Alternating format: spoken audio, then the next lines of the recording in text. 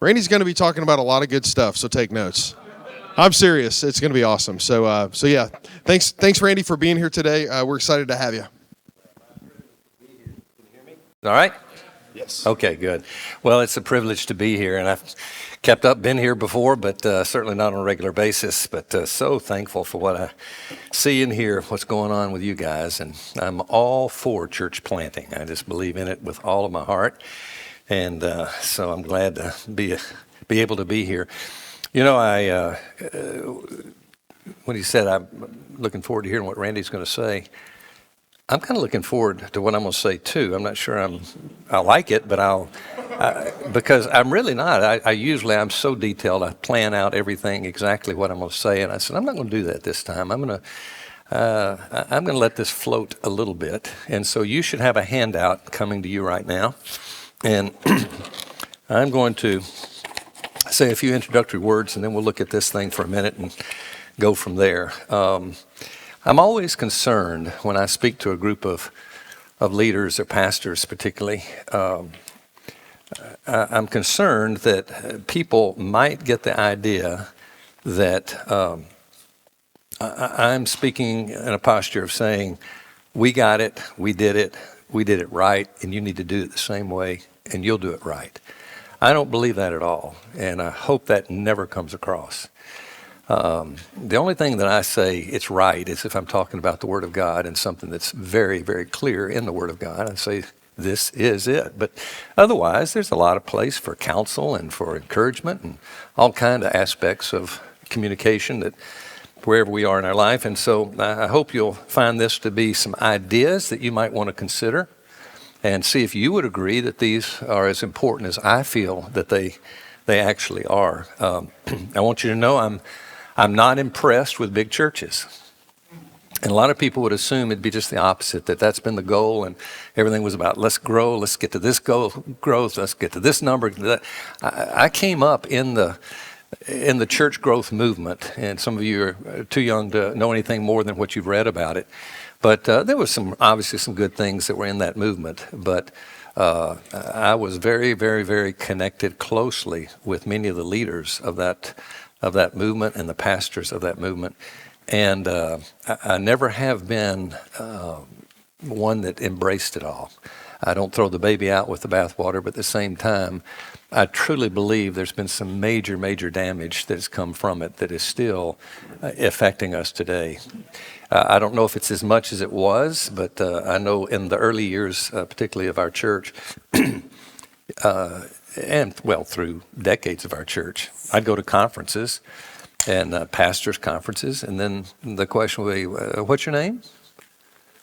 Well, Randy Pope. Oh, good to meet you. Where are you? Oh, Atlanta. Oh, good. What's the next question? How big is your church? And I have never answered that question.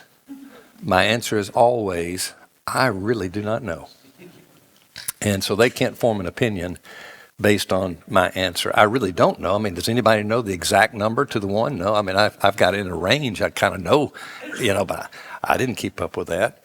I remember in our meetings. I can remember vividly this one night I bet, Dan, you probably wouldn't have been at this meeting, but I can remember as we were getting ready with our elders to a little team out of our elder commission from our broader elder group, one of the guys said as we came in, guys, we need to start tonight. We need to get down on our knees and just praise our God for what he's doing. And I'm all for that. And I said, and what do you have in mind particularly? He said, have you seen the number of people this year that are coming to our church? I mean, every week. It's amazing. And they're just, oh my goodness. I mean, this has got to be the fastest growing year we've probably ever had. And we need to tell the Lord, thank you. Well, I don't get mad. Dan, have you ever seen me mad or angry? I don't think you have. I don't remember when I have. And but something was boiling inside of me when I heard that. And I kindly but kind of strongly said, can I ask you a question? Before we pray, giving thanks for that, do you know where these people have come from? I said, well, I do.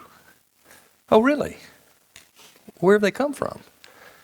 And I mentioned the name of the church down the road from us that I would say, though not a Presbyterian church, the closest relational church that I've had in my years in Atlanta, and our church with their church. And I said, I'll tell you where they're coming. They're coming from that church. They just had a split in their church this year. And so do you want us to get down and praise God for the loss of these people because we gained from it? And I said, if you want to talk about conversions, how many people have come to Christ this year? Now, that's another deal. But growth, no. In fact, I use this as an illustration. I won't stay listening longer, but just to make my point. I say, if I were to come back here a year from now, and you hadn't seen me in between, I was here today and I come a year from now, and I walk in and I'm still short, I'm still, but I have gained, let's say, 200 pounds. And I walk in and get introduced and I get up before you. Now tell me, how many people here do you think would be thinking this way, or maybe even whispering to their neighbor, wow, how did he do that? We've got to get his secret. That is incredible. That's the fastest growth I've seen in a human. I've never seen that kind of growth. No, you know what they're going to be saying? You'd be saying, is he okay? What happened? What's going on? As if something's not right. When I see great growth, I don't assume that's unhealthy, but I'm suspicious because I know it's easier to get large quickly, very quickly, if you make some compromises that are probably not what we're really glad in eternity we made. So with that being said, I don't have any problem against big church. We're a large church, but there's some of you got large churches and so forth. I'm not against that at all. But that's not the thing to be celebrated. The question to me, is the church healthy? And so that's what we have to keep going back to. So what I'm going to be talking to you are some issues related to healthy church. How do you become a healthy church or healthier church? Particularly as I look at planters, and I know not all of you are just recently planted, but you're in the early stages of your ministry for the most part. And in doing so, there's a lot on your plate. There's a lot to figure out. And so I have been finding in the last, particularly 6 years since I stepped down from being the senior pastor, I'm still full-time at the church, but I'm an assistant pastor now. And so some of my time has been devoted to, I'll say I don't charge, but as a consultant, like I'm a consultant going into elder teams, and if they're close relationships, people I know, I like to help when I can. And I have been immersed with numerous churches. I'm finding the same things there, and the same issues, the same problems, and so forth. So what I would like to do is to take what I just handed you, and I'm not sure what I'm speaking on here, but I've got an idea of direction. But these are what I call 20 determining choices. I was a student at the University of Alabama when I was an undergraduate, and obviously you typically, if you like sports and you're there at Alabama, football becomes a big thing, and so I love watching Alabama football. And the coach there, and some wouldn't even know, but the coach was known as one of the best coaches ever, maybe, in coaching football. And one thing that he kept talking about, and I got enamored with it, was process. It's all a process. And I thought, I've been using that word process. How do you? So I read a little bit, read his book, this, that, and the other, and I go, yeah, that's pretty much the same idea. And it really is. But why did they do so well?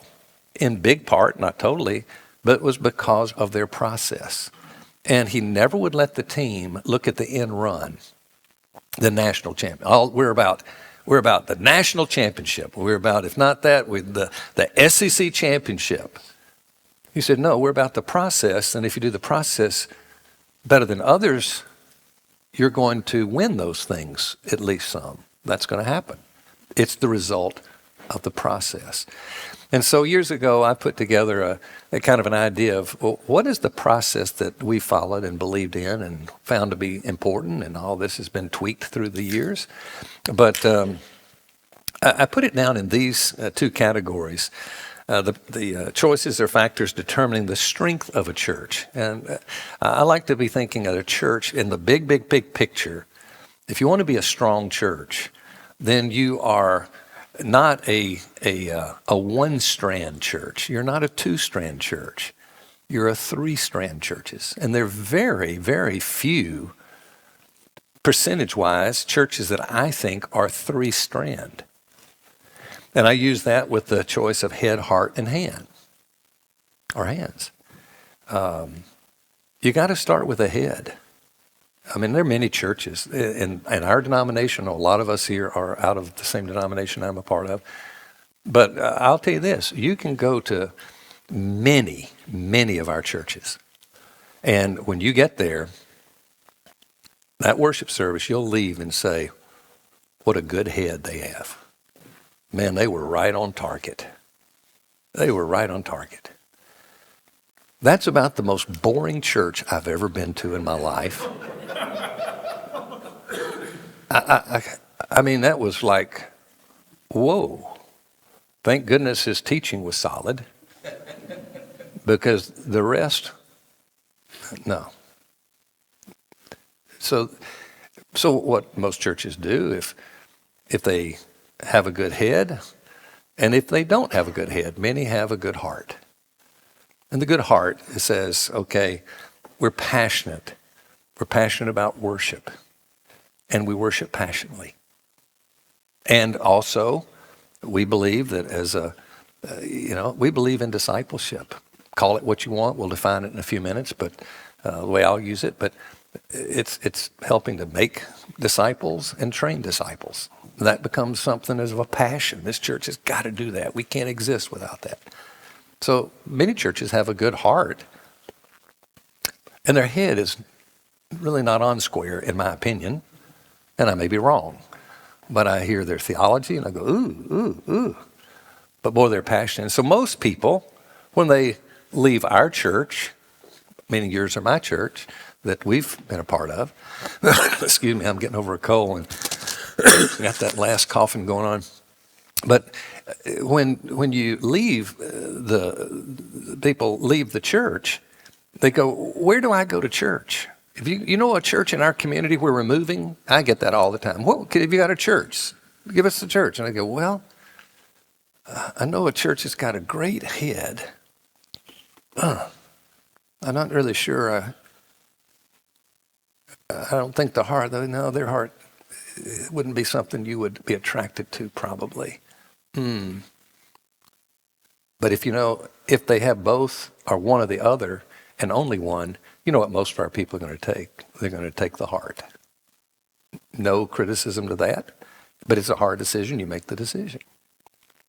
Well, I think by God's grace, because of the background, the teaching, the education, the mentors that I've had, and on, you put all that together, I think our church came along early on. I mean, we started with the passion and insight to have a good head and a good heart. We worked on that quite a bit.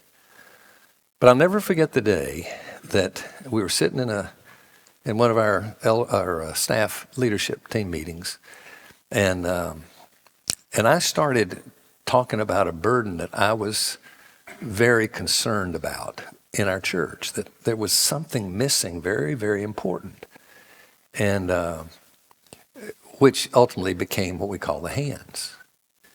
And as I was talking about it, the next week, one of the staff, and I forget who it was, Dan, you may remember, but somebody handed me a book and said, you need to read this. This is what you're talking about. And it happened to be the Church of Irresistible Influence, the author, a friend of mine, and I didn't know he'd written the book, didn't know about it, didn't know about his ministry, how that factored and so forth. And I read that and I said, man, my heart just exploded. I said, this is what we're missing. And so as we made some radical, in our opinion then, some radical decisions to move that direction and what that would cost us and so forth, we made that decision, moved in that direction. It wasn't that many years later than a pastor who was an assistant at a church you would all know in North Atlanta. And he said, I'm here on behalf of a number of pastors, including a few in our church and others. And knowing that I was going to be meeting with you, they wanted me to find out, what is it about Perimeter that makes it stand out to so many churches? Well, I'm not sure it does stand out in such a successful way. I've always been more critical of our church than others, I think, and I think because I know our church better than others. But when he asked that, he said, what would be the factor that it has made, I don't know, just can you explain it? I said, I really don't know the answer to that. But I could give you a hunch, maybe, and that would be because I think when we started, we had the understanding of the head and the heart.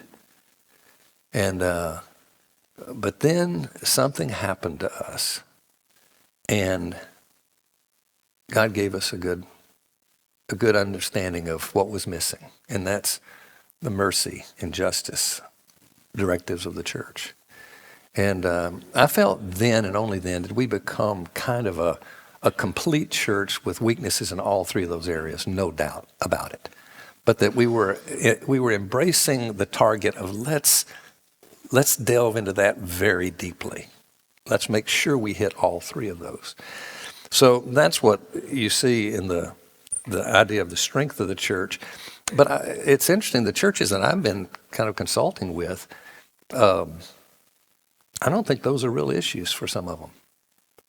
And their church is just flailing and flopping around, and they got problems and challenges, and this isn't working, this isn't doing, and and they go, what's wrong? And I don't even look at those three. I go, I think you're really solid.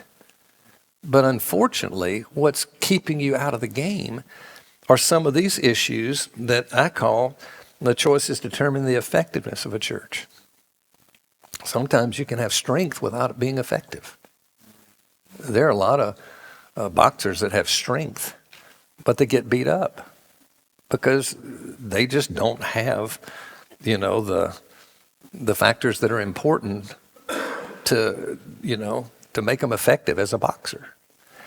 And so I, through the years, have been working on this list thinking, what are they in my mind? What are those areas that I have seen us have to work on and put a lot of attention to? And what are some of the churches we're meeting with that haven't yet thought about some of these areas? Or they have, and maybe they've made decisions that at least I think are not the appropriate ways to address it, and maybe they want to look at a different way. Maybe theirs is fine. But so you can look at that list on your own. I'm not going to read through it. I thought what I'd do is leave the last, and somebody will need to tell me when is this time. But, when we have about 10 minutes left, we're going to have some around tables during our time or after our time. Because we usually have like a conversation time and then a Q&A time. So yeah, well, here would be the thing, and this is what I didn't know. I can hit more of these and give more time for y'all to talk, or I could hit fewer, and then so maybe let me do one or two, and you tell me. All right, you just say, hey, why don't you let us break here and talk about it, whatever, and I can tell you what to talk about if you're interested in doing that. But what I'd like to do is to pull out a handful of these and just see what kind of distance we can get in them, and then we'll just pull off when it's time. Look at number 4, the choice of what matters most. I'd love to address that one. Go down to number 8. This one I won't leave without addressing, and that is the choice of identity. I'm seeing that become perhaps the biggest issue that strong churches, or weak, certainly, but even strong churches are missing, I think, in a significant way. Again, I may be wrong. That'll just kind of dribble into a little bit about the choice of a senior pastor, and your churches have already done that. They're in trouble or they're not, depending upon you. I don't know. Choice of a ministry plan, I won't say much about it, but it's critically important. Number 10. And then I'm not going to address them, but I would like, before I leave, to at least point you in a direction on the choice of disciple-making tools, the choice of disciple training tools. So those are the ones. Now, what I'd like to leave the last 10 minutes for is if you have a one that you think is most important, I would like for you to all, before we get to that end, to write down, to come up with what it is that you maybe 20 minutes before, 30, maybe 30 minutes beforehand. Can you just make a quick distinction between disciple making versus disciple training? All right, I'll go ahead and jump to that quickly. I'm going to suggest, as we get to the discipling idea, I'm going to suggest that we use the word discipleship in a particular way. That's not a biblical term. I think we all know that. So whatever you define it, you can't say it's wrong. But discipleship has in my opinion, I think it should be used this way to talk about anything in the kingdom, anything we do, anything that makes non-disciples into disciples. That's what I call making disciples. And then takes people from being made into disciple, now train them as a disciple. Now, I'm using the first term, make disciples, biblically, the way the Bible uses the word make disciples. Training disciples, there's 4 or 5 different terms that are kind of synonymous to the training of disciples, but it's helping the growth process. What I'm concerned about is today in the Christian community, this is so true, we'll all agree, that now it's evangelism and discipleship. And discipleship stands for training disciples, and evangelism stands for, and I'd rather say, no, discipleship is anything that God uses. And that's the way I use it. Okay, so that'll answer when we get there. All right, so let me just, I was going to finish. If we could take those up on a piece of paper, and I don't know if you would mind kind of looking which one was the majority. If one came out more than the others, and it's one that I haven't done, then we'll at that time. So just everybody take a piece of paper and just write down, do you see one that as we go, hey, would you just please hit on this one or that one? We may have time, we may not, but that'll be the plan, okay? Let whoever you think the leader is at your table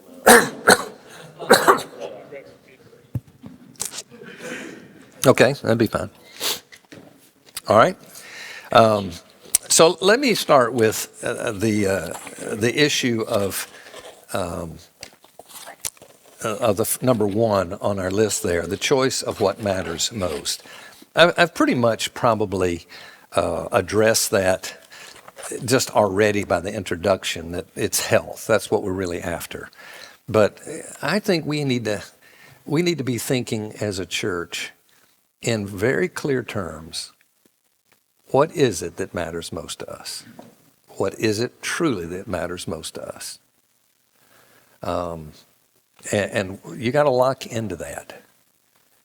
And I like to think of that like a, let me get a pen here. I like to think of that as a table. And on that table, you got to figure out what the tabletop is. Like if I'm talking about my personal life, or if I'm helping Christians, the guys I'm discipling, I say, guys, you got to find your one thing. You got to figure out what it is. And you may think it's one thing, but we're going to test it and see, and I won't go into that, but we're going to test it and see if it truly is the one thing for you. And there's some hard questions you can ask to figure that out. But Bishop Ryle, which you know who he is, I love what he says about the one thing. Listen to this. He says, a zealous, a religious man, or a man zealous in religion, is preeminently a man of one thing. He's talking about a Christian. It's not enough to say that he is earnest, hearty, uncompromising, thoroughgoing, wholehearted, fervent in the spirit. He only sees one thing. He cares for one thing. He lives for one thing. He's swallowed up in one thing. And that one thing is to please God. Whether he lives, whether he dies, whether he has health or whether he has sickness, whether he's rich or whether he's poor, whether he pleases men or whether he is thought offensive, whether he is thought wise, whether he is thought foolish, whether he gets blame or whether he gets praise, whether he gets honor, or whether he gets shame. For all this, the zealous man cares nothing at all. He burns for one thing, and that one thing is to please God and to advance God's glory. If he is consumed in the very burning, he cares not. He's content. He feels that like a lamp, he was made to burn. And if consumed in burning, he has but done the work which God appointed him. Isn't that great? And that's where we have to take our people to say, this is what we're all looking for, that we make the one thing the right thing, right? So in a sense, we can kind of pull away from that as an individual and think, certainly we as pastors and leaders have to have that. But we also need to find out what's the one thing our church, what is the one thing we want to do? I don't know that our staff to this day would answer it, the way I was proposing it then, but the terminology is a little different now. I know the heart's the same, but I'll say this. I was passionate about the one thing. I knew what the one thing was for us. And I put a name to it.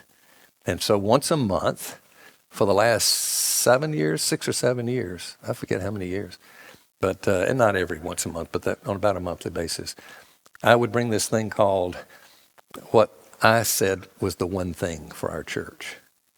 And it was our big win. That's another way of talking about it. I say, guys, we're the staff. We got to model it. We got to live it. We've got to disciple it. So we better get this thing right. What is the one thing that we're about? And the one thing was this: to make the bride of Christ as beautiful as she can be before the Lord returns. Now, to me, that's just a way of saying we want God to be glorified. We want all that. But it's just a way of saying, hey, we're working with the bride of Christ here. Now let's make her beautiful. What does it take to make her prettier than she is?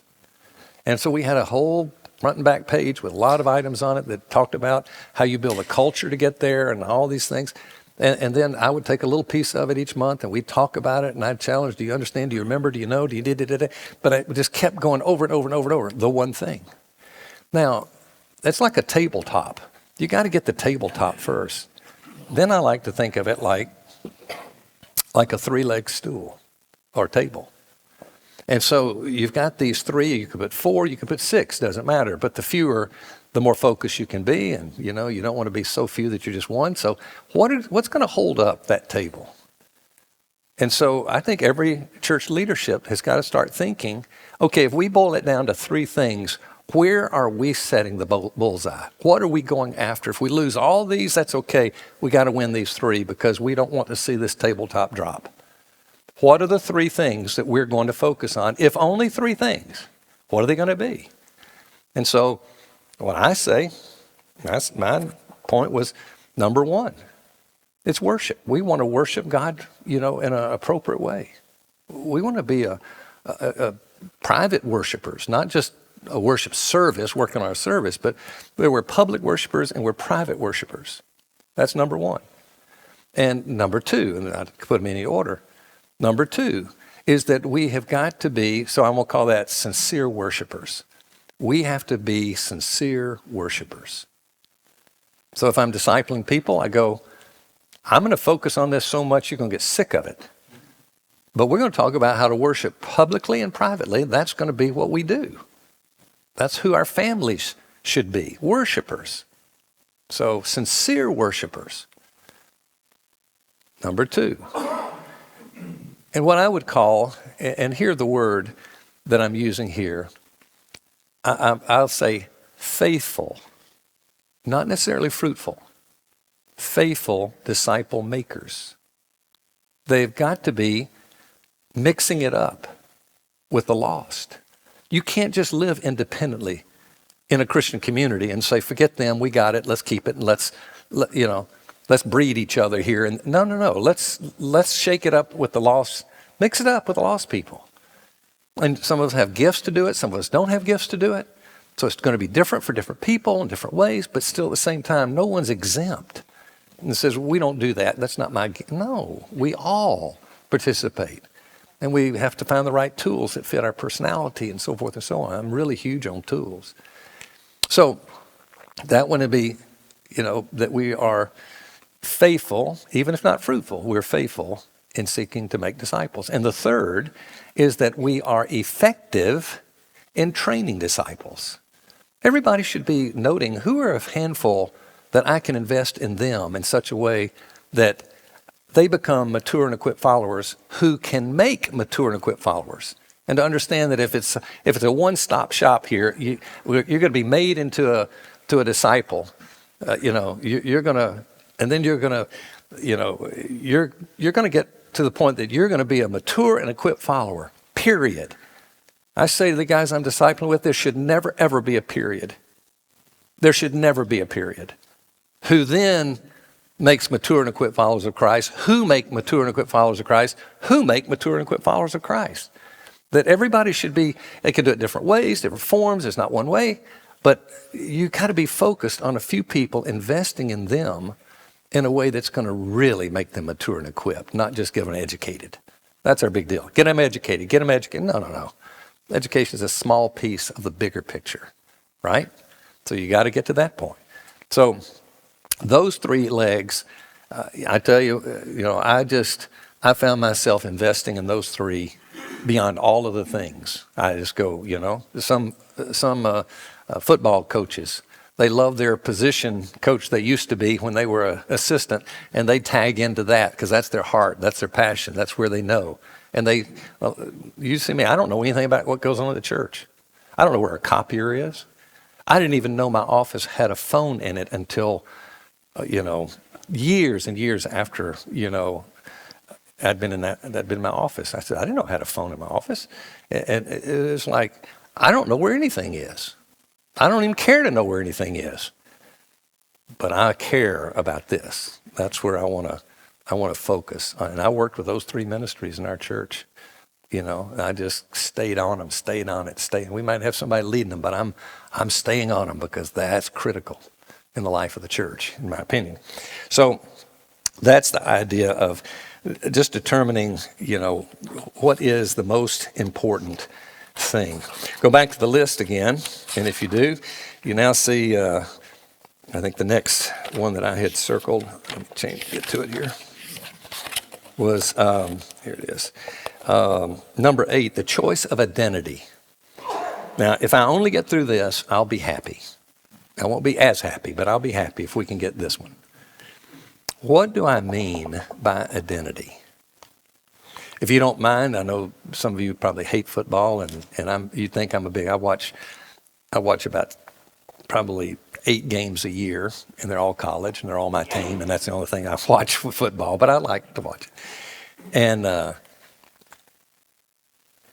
Alabama 2 years ago, they were with this coach Saban last year, his last year coaching.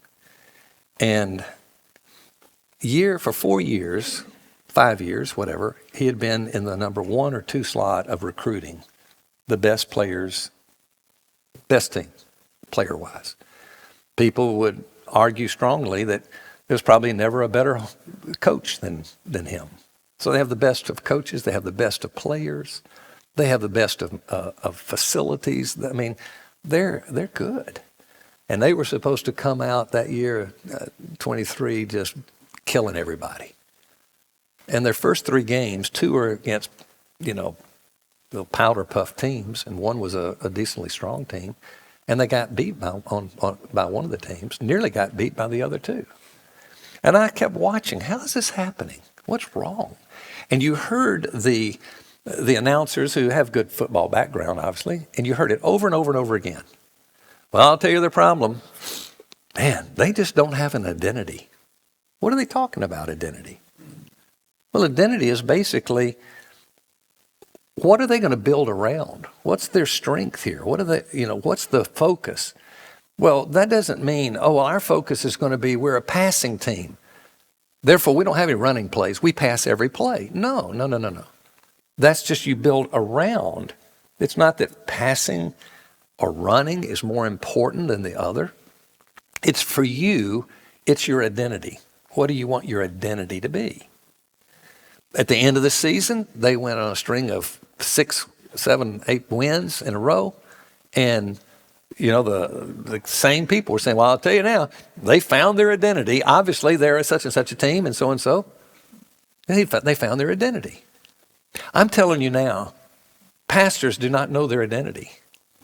They don't know their church's identity. They're not even sure what they want their church's identity to be. And the reason that I say that, I've been taking polls that people can tell me feedback when I'm at these churches. I have hundreds of responses from elders, pastors, staff, hundreds now. And I'm telling you, there's no sense of, oh, I don't know. So we got a big problem. You better know your identity or you're just going to be playing ball. You're going to be running and trying that, and then you're going to try the pass and see how that works, and then you're going to stop things after you get things started, and it's just going to be start and go, stop and go. This work, does this work? Oh, this worked. I don't know, it's not working now. And it's just not, there's no identity there. So I'll tell you a couple of stories that'll help you understand what I'm saying. I don't have to say much more than these. So I've been called by, I don't know, last year, 2 years, 3 or 4, I don't know how many churches that are looking for a pastor over the last years. And because of my relationship with the church, they'll say, would you come in and help us kind of get a handle on this? And we're looking for a pastor and don't know really what to. So one of the churches, a very major church in our denomination, they had a committee out of the session that was commissioned to make a decision.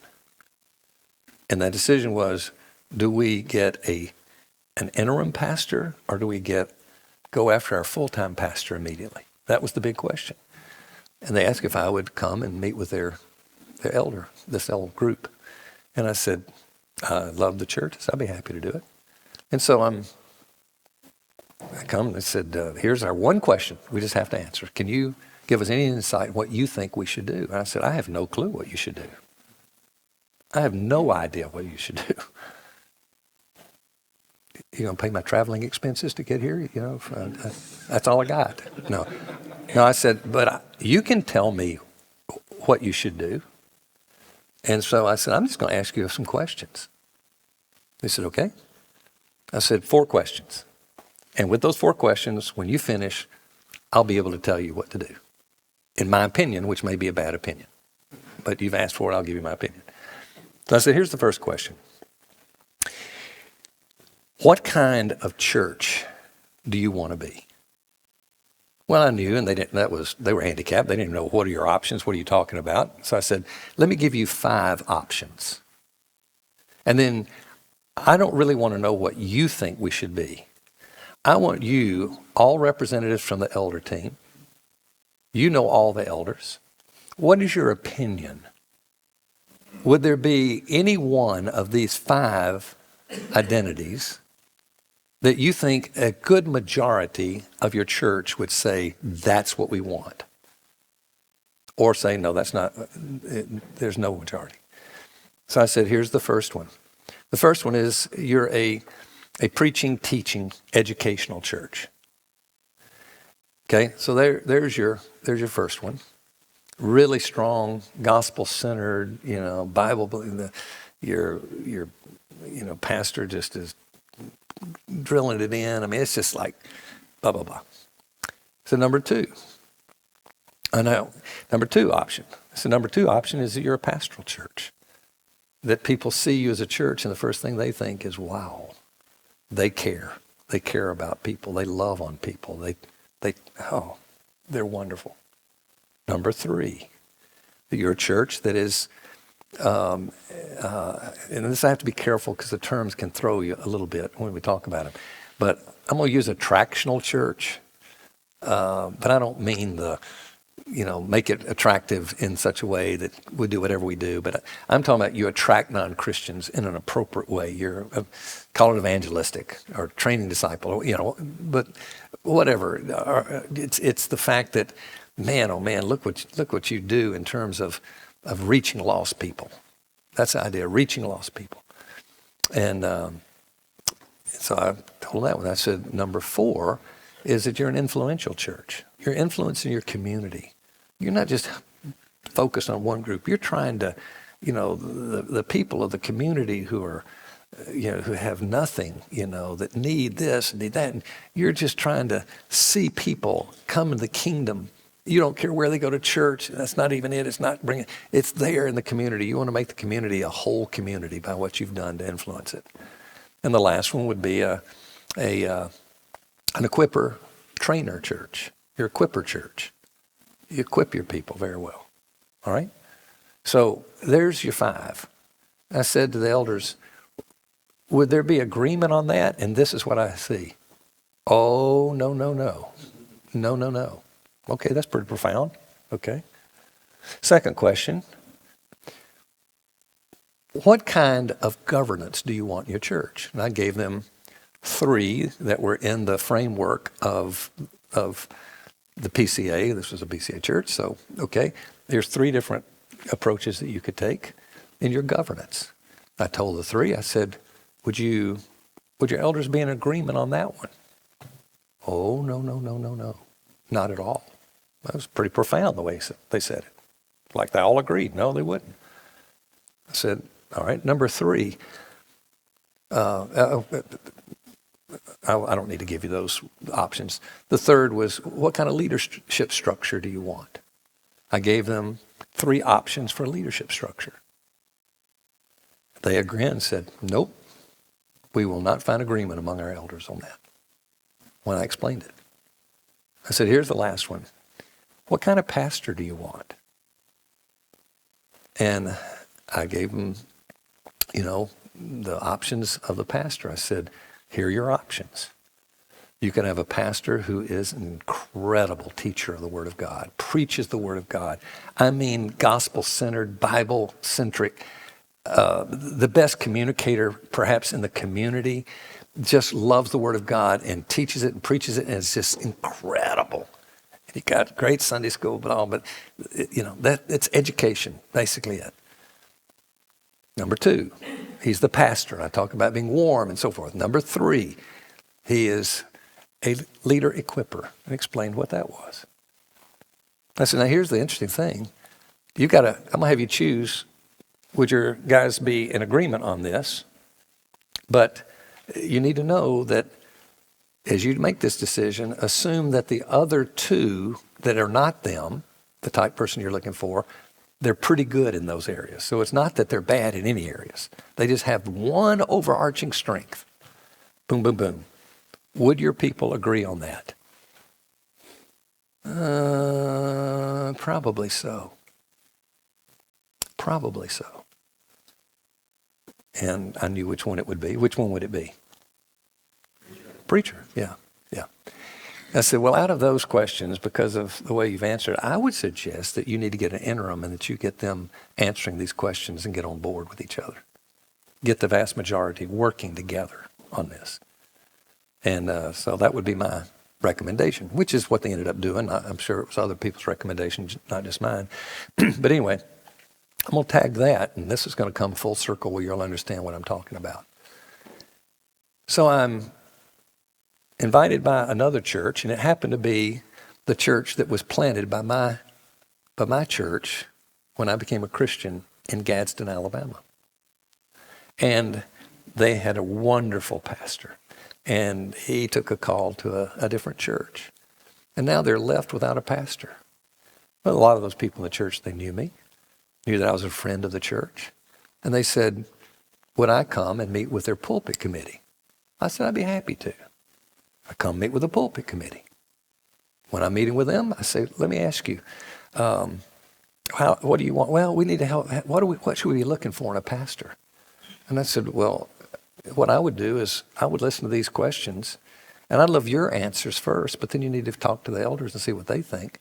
But I went through the same 4. But when I got to the one about what kind of pastor do you want? They said, we want the teacher preacher. We want the best there is. That's what we want. I said, I understand that. I said, now can I ask you just a couple more questions? And they said, sure. I said, how many of you I don't know if some of you won't understand this church. I don't know this church, but I said, how many of you, you're 40 miles away from Birmingham, Alabama. And for you that wouldn't know, there was a church that was kind of the powerful church of our denomination, the great leader church of our denomination for so many years. It was planted by a man named Frank Barker, who, you know, the most godly man I've ever been around, probably. Anyway, I said, I want to ask you a question. You're 40 miles from Birmingham. Any of you ever heard him preach? All of them, 6 of them on the team, raised their hand. Yeah. What do you think about his preaching? They went. One of them says, well, quite honestly, I didn't know who the preacher was when I went. And when I heard this guy preach, I said, well, he's not the senior pastor. He must be an assistant who's just not a great preacher. Now, it was solid biblically, no doubt. But, you know, it just didn't, he wasn't fast to connect, you know. Okay. Everybody agreed that, you know. I said, so let me ask you a second question. Did any of you ever meet him personally? You ever have an opportunity to just talk to him person to person? All 6 raised their hand. These are people in their 50s. I said, that's interesting. It shows he was an available person, wasn't he? But I said, tell me this. How many of you felt he was just a great preacher? I mean, a great pastor?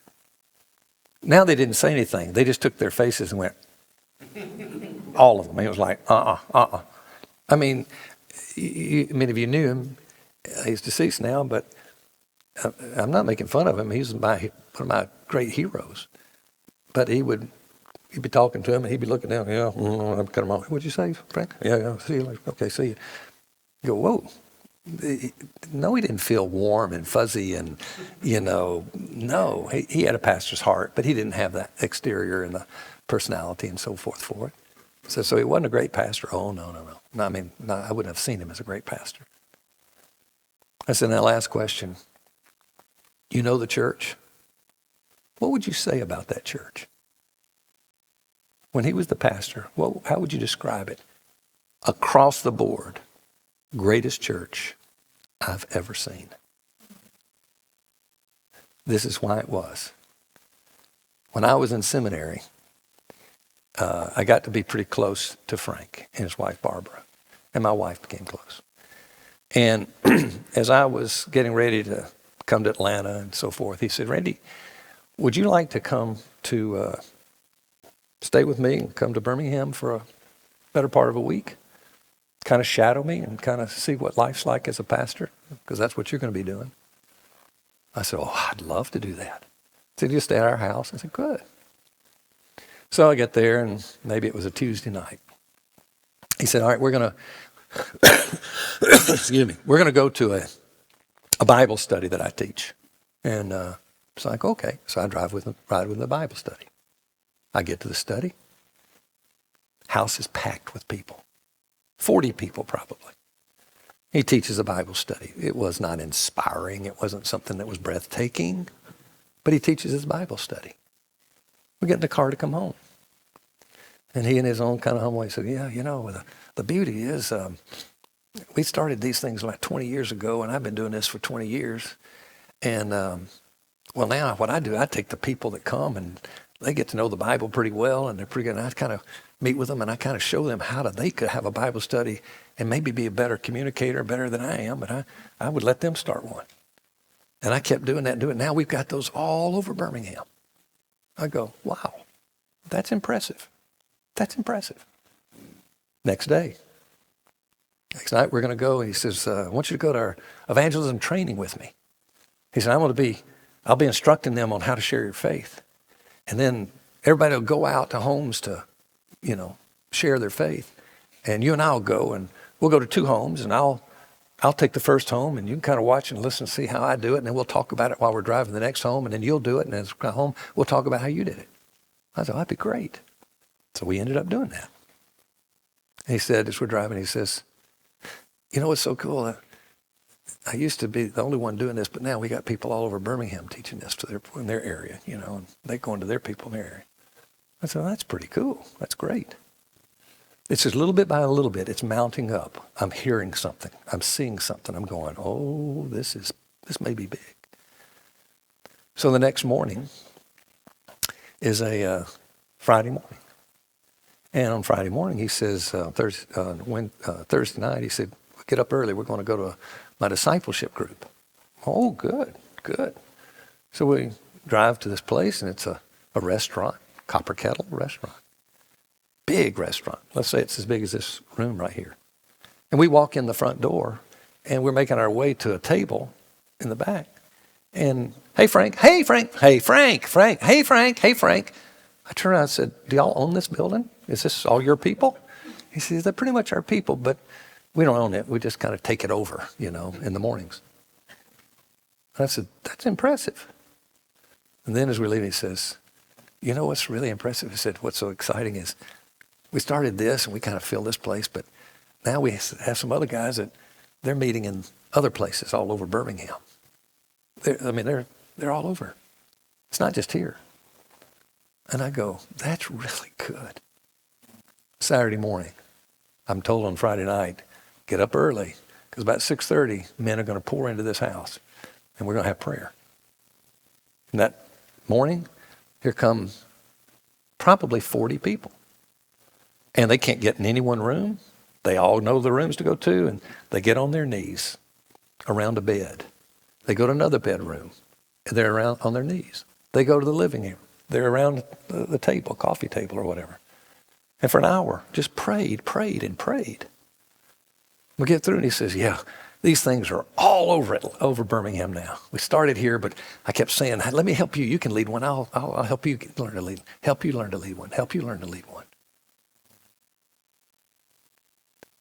When we dedicated a portion of our facilities to Frank, and had he and Barbara come as they were dedicated, I said, Frank, step up here and talk to the people for a few minutes. Just, I don't need to get up there. That's okay. No, I don't want to get up there. And he didn't. He didn't want to get up and speak. But I said, Frank, get up here. These are dedicated to you. You need to stand up here. He goes, okay. This is all he did. I just listened to this again recently. I have it taped. 2 minutes max. He says, well, when I was coming out of seminary, I started this church, Briarwood, and I kind of thought that the job of the people was to pay me to minister and to do all the things that, we need to be doing. He said, but you know what? I started reading the Bible. And the Bible says that I'm supposed to be equipping the saints to do the work of ministry. And I went, that's good, because I'm not good at doing the ministry. And he says, so I'm just kind of focused on equipping people and then let them do it instead of me. That makes for a healthy church. Why do I say equipping? That should be, in my opinion, maybe wrong, that a church needs to have their identity, and it needs to be an equipping church. And people say, why? You think that's a better gift? It's because that is who I am. That's who I'm wired. I don't like getting up front. I'll push away a microphone whenever possible. But I love being with a little group of people and working. So I'm kind of naturally, is good for me. I'm an introvert. That works well for me. But that's not true of everybody. And I said, well, you're just saying that this is better and that everybody's got to be like you. And so I said, oh, no. Not at all. Not at all. I said, in fact, 6 years ago, we had a pastor that took my spot. And I will promise you, not one person in the church knew that man till I invited him to come on our staff. And I knew him inside out. And I'll tell you for sure about him, nobody knew. He never had a thought that he would be the pastor. When he came to our church, I didn't ever think I never thought of him as being my successor. But I'll tell you about him. As I tell him, I've never seen a microphone you didn't want to grab. You want the mic. And you can have nothing to say and get up and say something really good. I don't understand that. And I'm saying, no, I don't want the mic. And you're saying, I'll take it. And I said, I haven't seen a podcast he's not willing to be a part of, and particularly to lead it. Now, that would maybe sound negative, but let me tell you, he's wired differently than I am. I'm glad he's who he is. He could be of any one of those types of people. Pastor, it doesn't matter. It could be a strength. But here's the thing that makes it work. And we knew this would be the case. We vetted this. That he believes that the identity of our church should be equipping. Why is that? Because it's the only one of the 5 that will make all the other 4 stronger. So you want to be a church that's really healthy? Don't make it a one-thing church. We can pass, or we can run, or we can... No. We can do them all. We may not be the best in the world in any one of them, but we're pretty good at all of them. To me, there's a healthy church right there. So I think leadership needs to be talking this. What is our identity? Let's define it. Let's agree with it. Let's make sure that the new elders that come in, in the next year's group of elders, that they're going to understand this is who we are, and we're not wanting you to come in and change us. This is who we are. This is our identity. This is how we win. This is how we become a stronger church. But I'll tell you, the great thing is to have a pastor who will equip and will get as an identity, whether he's a equipper himself, strong or not. But you know what? If you're not a great preacher, that's not a negative. You guys, I don't even know you're preaching. Few of you I know, but I don't know you're preaching. And I bet we've got something in us saying, if I were just the best preacher, if I could just be people want to hear so-and-so, they don't want to hear me, they want to da-da-da-da-da-da. And I go, you're sitting in the cat seat, man. You're right where you want to be. People are not going to be, wow, look at you, come to you. No. They're going to perhaps be the ones to say, we better do it, because he's not going to. He's going to do it, but he's not good at it. But he pushes for an identity that is equipping. That's the bottom line, okay? Now, I want to pause here. Let's open up, if you want to talk around the table for a minute. We've got, 25 more minutes? Yeah, why don't you guys talk about what's been significant to you so far? We'll give you 10 minutes to do that, and then we'll... Take 5 minutes. 5 minutes, and that way I can get one more topic in. All right?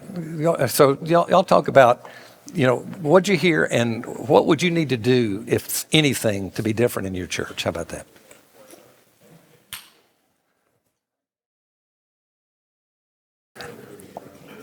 All right.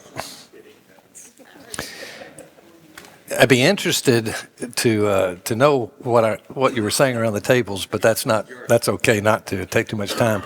But I would like for you now, if everybody at your table has kind of figured out, if you had one thing you'd like to talk about, if you would give it to your leader at the table, and then in about 10 minutes you can tally it up, how many did one thing stand out more than the others, and then I'll listen real quickly at each table and figure out what to do. I want to go, because I really touched on the senior pastor for the most part there, and I'll close with this on the senior pastor. Word of encouragement. If you are a good but not incredible communicator, you take hope. Please don't feel for a minute, I cannot be the great church. What you got to give up is people are not going to say, that's Jim's church. That's Bill's church. That's Jonathan's church. And the preacher's name are those names. You give that up. Let me tell you, you know what you walked away from? You walked away from a lot of temptation that you do not want. You know why my number one reason for wanting to step down 10 years before I stepped down, 20 years before, probably. In the sense of I loved what I did and I didn't want to leave, don't get me wrong.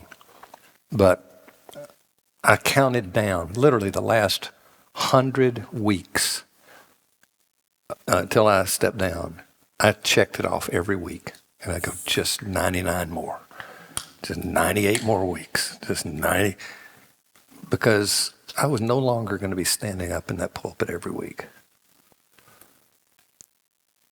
And the reason I say that is because, you know what I didn't like about preaching? I'm not a bad communicator. I can communicate and I can stay focused on the truth and Scripture and all that. That's not an issue. You know what I don't like about it? It's performing. And we can't say, oh, it's not performing. No, it's performing. And because I know things like this are smart, you don't ever see me with a smile unless it's unnatural. Or I just heard something funny. I mean, my mouth does this. And so I was taught early on in communication, you know what you need to do? You need to do this some.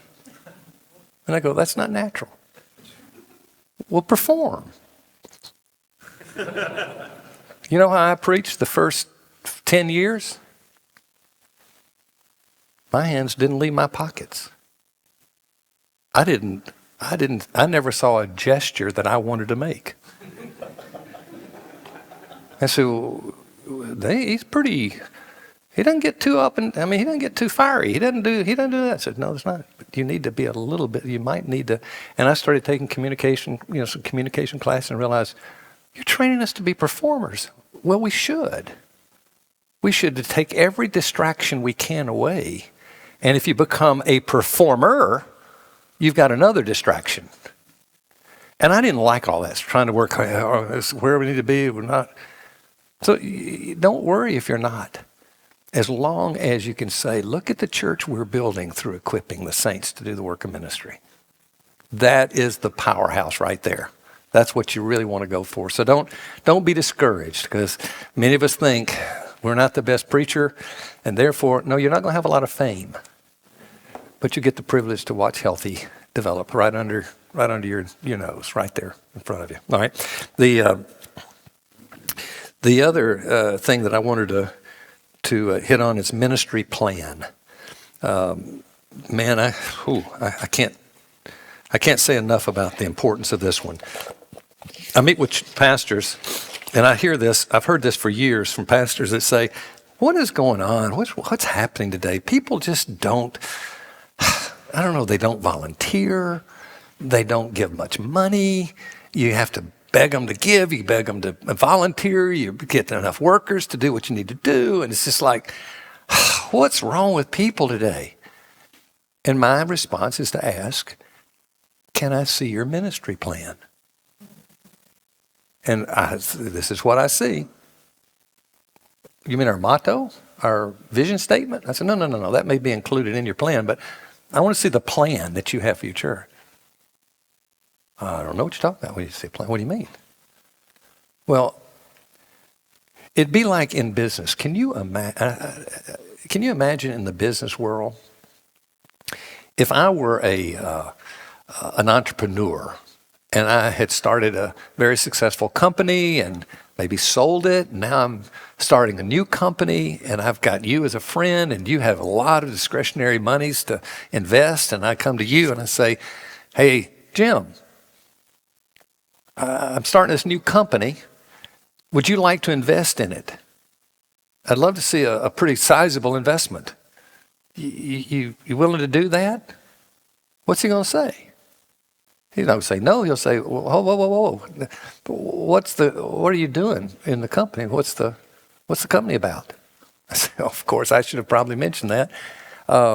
It's about making money. And we're going to make a lot of money. So would you like to invest?" Well, can I just ask you this?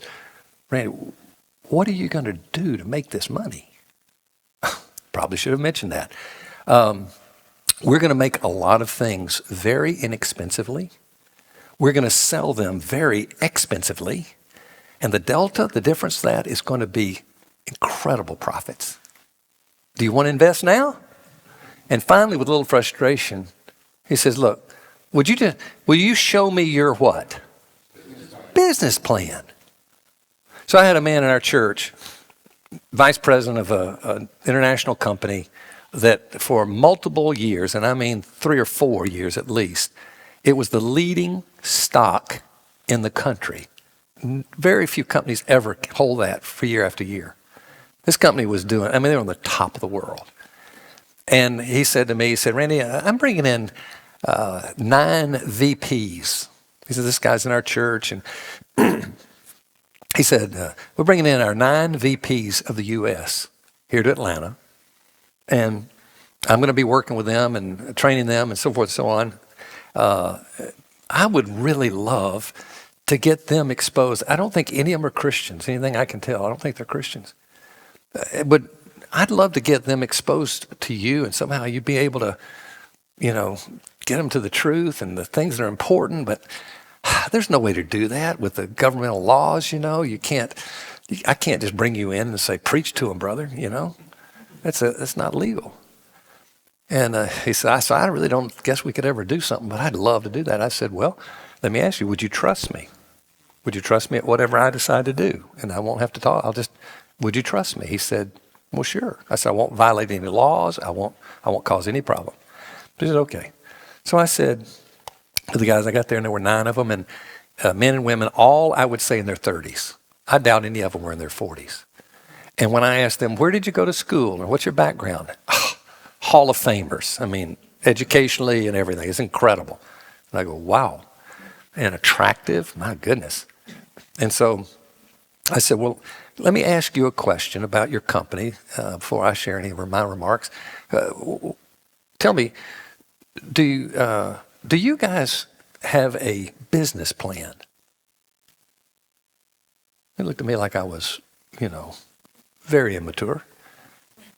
Well, yes, we have a business plan. Of course we have a business plan, yeah.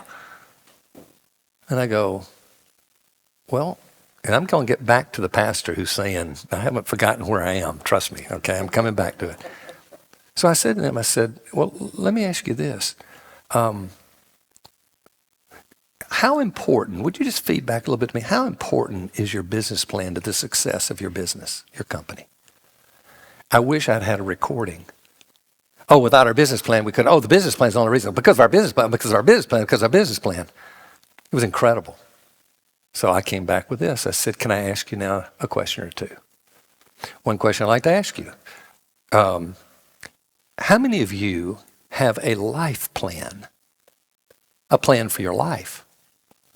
That's written like your business plan. It's written up and so forth. How many of you got that?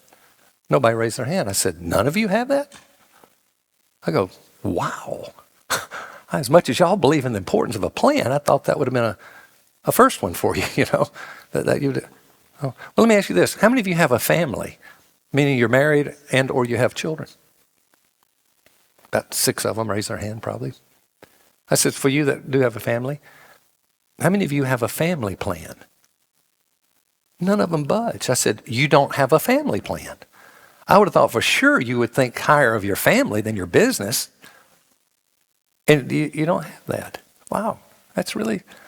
And at this time, I'm out of ammunition. I've kind of played my card, and I'm thinking, this might go down to nothing right here, But one guy took it very quickly, and he said, tell us your plan. Now, then I was good to go. I said, well, I can't do that. I would really love to, because a plan starts with a purpose. And the purpose is either going to be theistic or it's going to be atheistic, atheistic. So mine happens to be theistic, and this is a publicly traded company, and I can't bring God into it because I'm a theist. One of them said, you can if we all agree we want you to. I said, do you all agree? They all said yes. For the next 30 minutes, I'm going through my story of my life and my plan, what my vision, mission, I'm going down all the values, all the things that are, and so one of the guys says, can I fly, like California, wherever, can I fly back here in the next week or so and meet with you if I can kind of work on my plan, let you look at it and help me on da-da-da-da-da? Because they were enamored with plan. It's important. They understood the importance of a plan, and they had neglected. That's the story of pastors. They would all say, we believe in the plan, but we don't have one. Well, I got one. It's just not written. I said, if it's not written, you don't have one as far as I'm concerned. You need it written. So back to the pastor. And so they said, what's wrong with people? What's wrong with people? And I say, after describing what I just described to you, my answer to them is to say, you know what people are doing? They're coming to this church and they're asking you questions about your plan. They don't even know what they're doing. And they want to say, well, what's this church all about? Oh, we're about being a great church that gives glory to God. Wonderful. They're on board there. And then they want to start asking questions, whether they formalize them or not. What they're saying is, over time, I never see the answer to the question, how are you going to do that? What is your vision?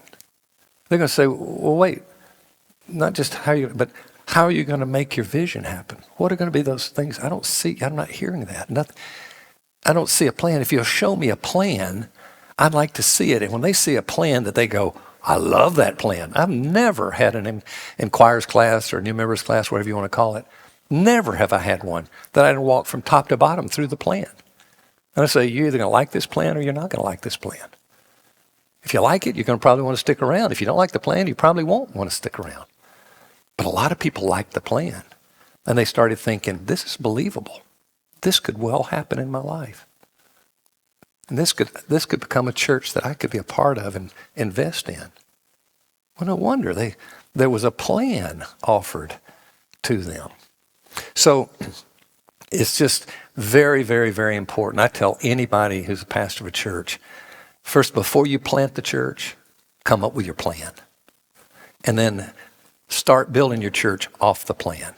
When you have new leaders come into the life of the church, when they come in, then what you want to do is say, or not just leader, but people come to the church, show them the plan, show them the plan, show them the plan, so that the plan, they'll forget it, they won't, but they'll say, this is a place worthy if they love the plan.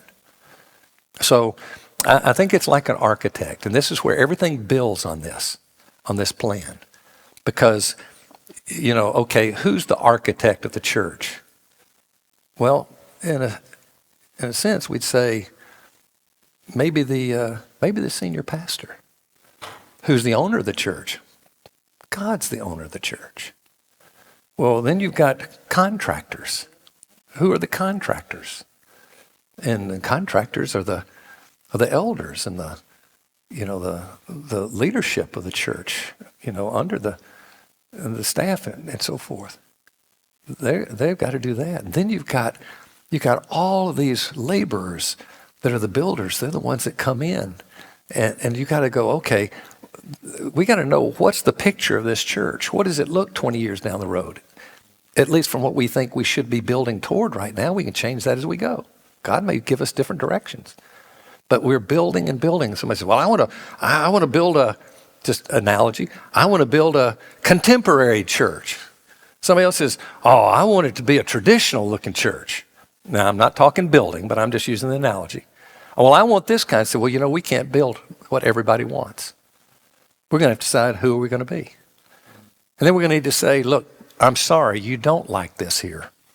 But, this is what we're building, and what you're doing does not fit. That's not who we are. We can't just move to well, I'm giving a lot of money to this church. You realize that? I might be the number one giver in this church. And I've said it to that person before. You need to give that money to some other church. It'd be far more important for us to have the church that we're called to build at this point. The elders say this is what we're building. And that's what we're building. And no, I don't care how much money you give. No. So that becomes huge when you get your plan and you build your church and your leadership around. Then you get the job descriptions because the elders, they don't know what's the difference in an elder and a deacon and how they differ in churches. I talk to them, I say, what do your elders do? What do your deacons do? I go, hey, wow, that's not very clear. What about your ruling elders versus your staff? Who does what? Well, I've taken survey after survey of hundreds of people about what do you think the elders do? What do you think the staff does? We're talking about leadership structure. A leadership structure can absolutely put a stick of dynamite right in the middle of the ministry and blow it up right there because people don't agree. And who gets the power determines it. And next thing you know, staff feel like, well, I can't because they think that. I mean, that's a big one. How do you do leadership structure in the church? So there's all these factors that build on each other and so forth. And I realized we got 4 minutes, so let's have 4 exciting minutes of asking questions. No. We don't have time even to go to the one, so sorry if you had another thing, but I do stop on time. So anyway, any quick question for 4 minutes? Uh-huh.